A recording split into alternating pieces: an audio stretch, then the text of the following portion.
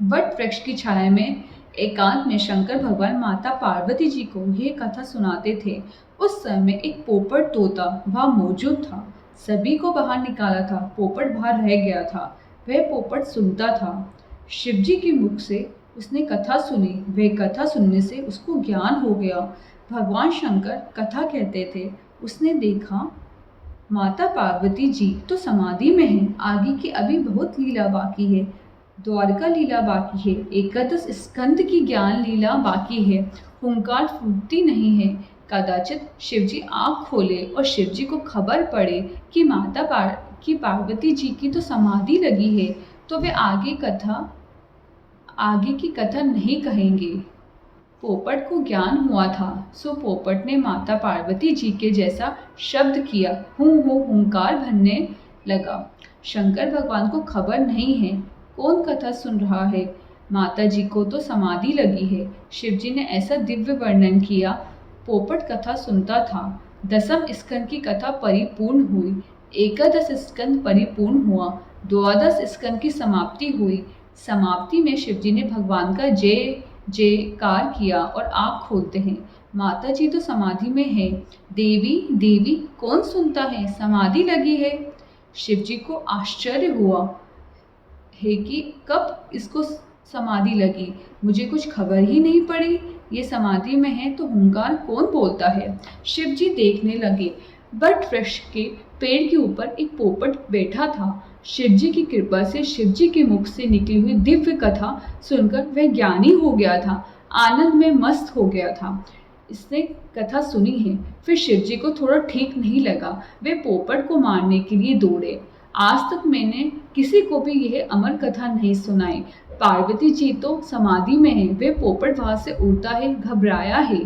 कैलाश के पास ही व्यास नारायण का दिव्य आश्रम है। महर्षि व्यास ने भागवत की रचना की है। भागवत की रचना करने के बाद व्यास जी चिंता में है कि मेरी भागवत की कथा कौन करेगा। बड़े बड़े ऋषि व्यास जी के शिष्य हैं। मांगते हैं, किसी को ऋग्वेद दिया, किसी को यजुर्वेद दिया, किसी को महाभारत दिया, भागवत नहीं दी। भागवत प्रेम शास्त्र है। ये मेरा सर्वस्व है। जो परमात्मा के साथ ही प्रेम करता है वही भागवत की कथा बराबर कर सकता है। जो जगत के जड़ पदार्थों के साथ प्रेम करता है वह भागवत की कथा क्या करेगा। किसी को भागवत देने की इच्छा नहीं होती है। व्यास जी की पत्नी का नाम है अरणी देवी। वृद्धावस्था में ऐसी इच्छा हुई कि शंकर भगवान मेरे पुत्र हो, मैं भागवत उनको दे दूंगा, वे भागवत की कथा करेंगे। ये मेरा सर्वस्व है। इसके लायक तो भगवान शंकर है।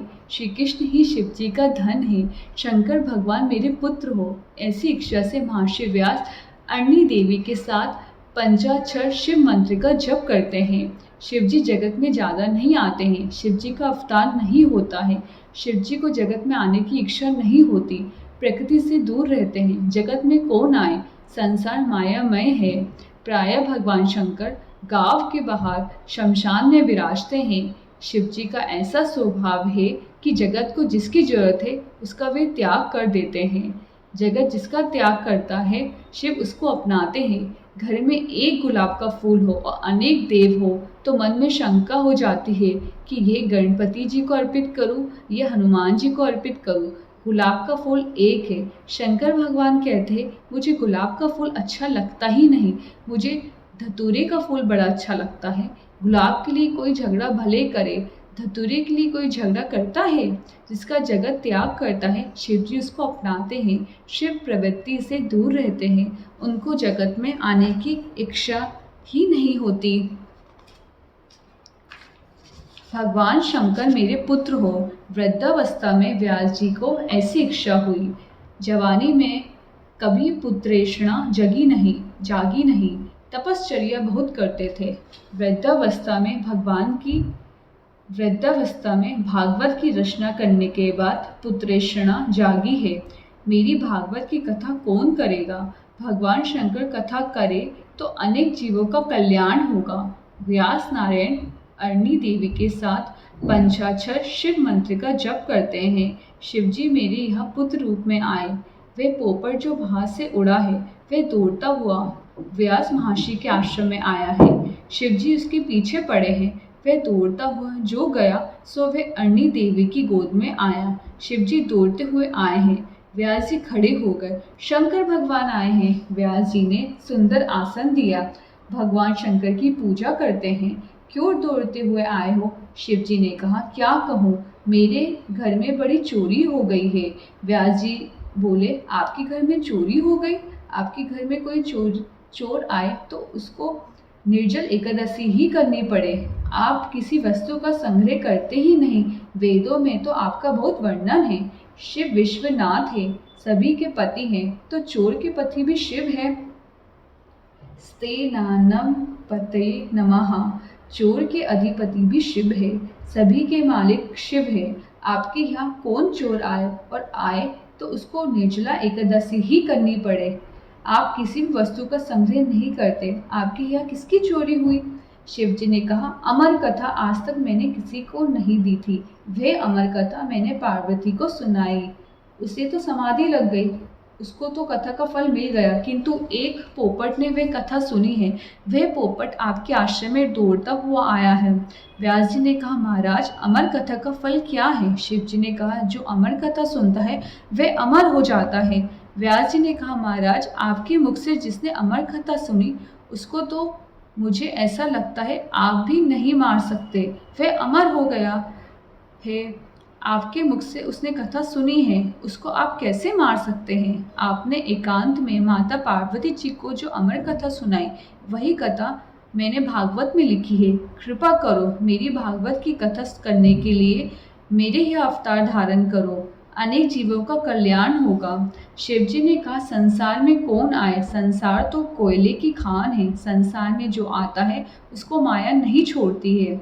महाराज माया आपका क्या कर सकती है? आपके मस्तक में गंगा जी है, आपको माया क्या करेगी? आपको जो समाधि में आनंद मिलता है वही आनंद जगत को देना चाहिए। अकेला खाए सो ठीक नहीं है। आप दूसरे को आनंद दोगे तो आपका क्या कम होने वाला है? माया आपका क्या कर सकती है? व्यास जी ने बहुत आग्रह किया, मेरी भागवत की कथा करने के लिए मेरे यहाँ पुत्र रूप से प्रकट होइए। बहुत दिन से मैं पंचाक्षर शिव मंत्र का जप करता हूँ, कृपा करें। शिव जी को दया आई है। शिव जी ने देखा अरणी देवी की गोद में वही पोपट है जिसने मेरे मुख से अमर कथा सुनी है। शिव जी ने केवल नजर की है, केवल दृष्टि देने से पेट में गर्भ रहा है। अरणी देवी के पेट में सुखदेव जी महाराज श्री कृष्ण का सतत ध्यान करते हैं। सतत श्री कृष्ण का ध्यान करने से उनका श्री अंग श्री कृष्ण के जैसा श्याम हो गया। आप जिसका चिंतन करते हैं वैसा स्वरूप आपको मिलता है। बहुत दिन तक माँ के पेट में रहे। व्यास जी ने कहा, बेटा अब तेरी माँ को त्रास होता है, बाहर आ जाओ। सुखदेव जी ने कहा, बाहर आने पर कदाचित माया मुझे स्पर्श करे तो माँ के पेट में मैं श्री कृष्ण का ध्यान करता हूँ। संसार मायामय है। व्यास जी ने कहा, बेटा मैं तुम्हें आशीर्वाद देता हूँ, तुम्हें माया का स्पर्श नहीं होगा। सुखदेव जी ने कहा, मुझे डर लगता है, आप मुझे बेटा बेटा कहते हो। आपके मन में भी थोड़ी माया है, ऐसा लगता है आप माया में फंसे हुए हो। मुझे प्रेम से बेटा बेटा कहते हो। जो कभी माया के अधीन हुआ ना हो वह मुझे आशीर्वाद दे, वह तो वरदान है, नहीं तो मैं बाहर नहीं आऊँगा। भगवान श्री कृष्ण का नाम है माधव राय। माँ शब्द का अर्थ होता है माया और धव शब्द का अर्थ होता है पति। श्री कृष्ण कभी माया के अधीन हुए नहीं हैं, वे माधव राय हैं। भगवान श्री कृष्ण ने सुखदेव जी को वरदान दिया है, कभी माया का स्पर्श नहीं होगा। नारायण नारायण नारायण।